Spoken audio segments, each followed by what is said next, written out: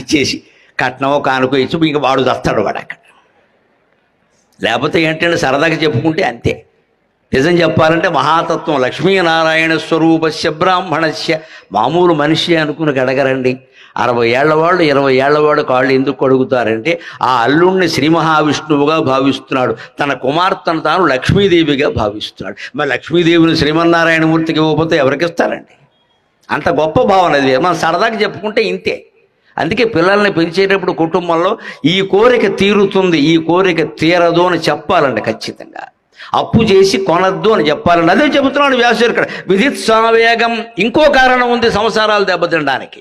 ఇంకా 2 కారణాలు. ఉదర ఉపస్థవేగం, ఉదర వేగం. ఇవాళ యువతరం మొత్తం ఒక్క మాట తెలుసుకోండి. ఎప్పుడు ఆకలి అనిపిస్తే వెంటనే స్విగ్గీ జొమాటో నొక్కో. చేతులు తేలిగ్గా ఉంది ఇక్కడ, నొక్కో తెచ్చి. ఈ మధ్య పెట్రోల్ కొరత కారణంగా ఈ దరిద్రం కొంత తగ్గింది, సంతోషిద్దాం. కొన్ని పదార్థాలు దొరకట్లేదు. లేకపోతే నొక్కు వెంటనే, అది వెంటనే వచ్చేయాలి 10 నిమిషాల్లో. పైగా ఎప్పుడు నొక్కుతాడు దీన్ని? 12:30కి భోజనం చేయాలనుకోండి, 12ంటికి నొక్కుతాడు. అది వచ్చింది తిన్నాడు. తల్లి 12:30కి వీడి కోసం శుభ్రంగా కూర పప్పు పులుసు చేసి పెట్టింది, వీడు తినడం. అమ్మా ఇప్పుడే తిన్నా, ఎవడు తినమన్నా నేను? ఇది వ్యాసుడు 5000 ఏళ్ల క్రితం చెప్పాడు. ఆకలిని ఆపుకో, ఉదర వేగం.